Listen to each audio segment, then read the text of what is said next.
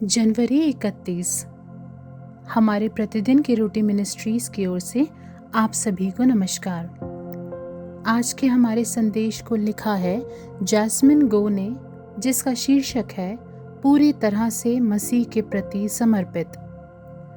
आज के पवित्र शास्त्र का भाग है मरकुस रचित सुसमाचार 8 अध्याय 34 से लेके 38 आयत तक।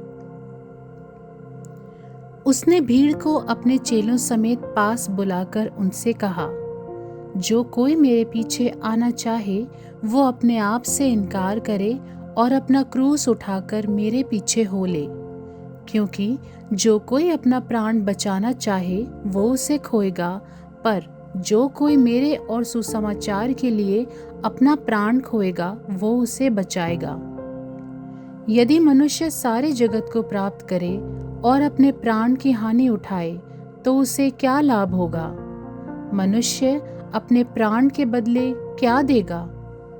जो कोई इस व्यभिचारी और पापी जाति के बीच मुझसे और मेरी बातों से लजाएगा, मनुष्य का पुत्र भी जब वो पवित्र दूतों के साथ अपने पिता की महिमा सहित आएगा तब उससे भी लजाएगा।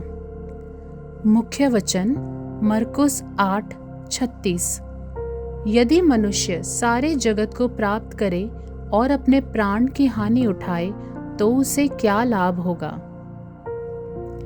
1920 में एक चीनी पास्टर की छठी संतान जॉन सुंग को संयुक्त राज्य अमेरिका के एक विश्वविद्यालय में अध्ययन करने के लिए छात्रवृत्ति मिली।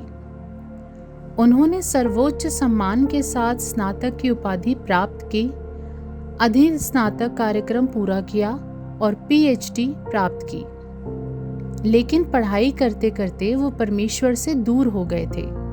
फिर 1927 में एक रात उन्होंने अपना जीवन मसीह को समर्पित कर दिया और उपदेशक बनने के लिए बुलाया गया महसूस किया।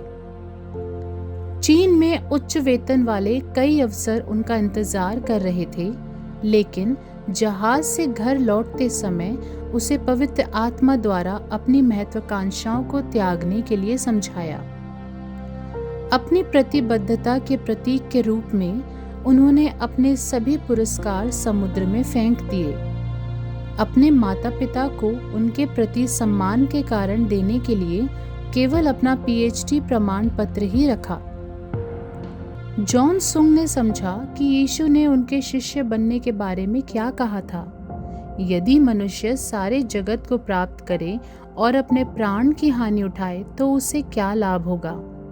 जैसा कि हम स्वयं को अस्वीकार करते हैं और मसीह और उनके नेतृत्व का अनुसरण करने के लिए अपने पुराने जीवन को पीछे छोड़ देते हैं, इसका मतलब व्यक्तिगत इच्छाओं और भौतिक लाभ का त्याग करना हो सकता है, जो हमें उसका अनुसरण करने से विचलित करते हैं। अगले 12 वर्षों तक जॉन ने पूरे चीन और दक्षिण पूर्व एशिया में हजारों लोगों को सुसमाचार का प्रचार करते हुए अपने परमेश्वर द्वारा दिया गया मिशन को पूरे दिल से पूरा किया। हमारे बारे में क्या है? हमें प्रचारक या मिशनरी बनने के लिए नहीं बुलाया जा सकता है, परंतु अपनी आत्मा के द्वारा हम में कार्य करके जहाँ कहीं परमेश्वर हमें सेवा करने के लिए बुलाता है, क्या हम पूरी तरह से उसके प्रति समर्पित हो सकते हैं? वास्तव में यीशु का अनुसरण करने के लिए आपको क्या समर्पण करने की आवश्यकता है? आपकी कुछ व्यक्तिगत महत्वाकांक्षाएं क्या हैं? हे पिता, जो कुछ भी मुझे आपके प्रति पूर्ण समर्पण करने से रोकता है, उसे दूर करने में मेरी सहायता करें। आमीन।